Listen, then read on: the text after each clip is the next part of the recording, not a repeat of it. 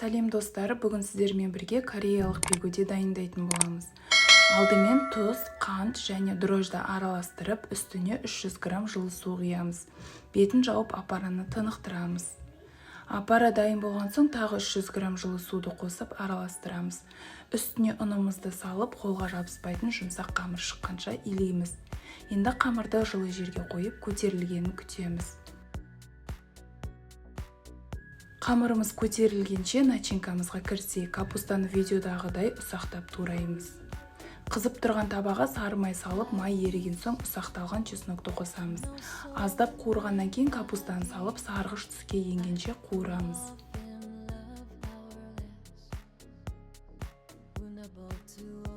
Дайын болған капустаны ыдысқа аударып, үстіне пияз бен етті саламыз. Дәміне қарай тұз, қара бұрыш, қызыл бұрыш қосып, бәрін араластырамыз.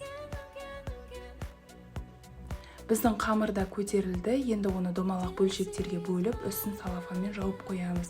Әр домалақты керек пішінге келтіріп, ішіне дайын начинкамызды салып, видеода көрсеткенде өріп шығамыз. Мантаварканы алдын ала майлап, бигудилерді әдемілеп орналастырамыз.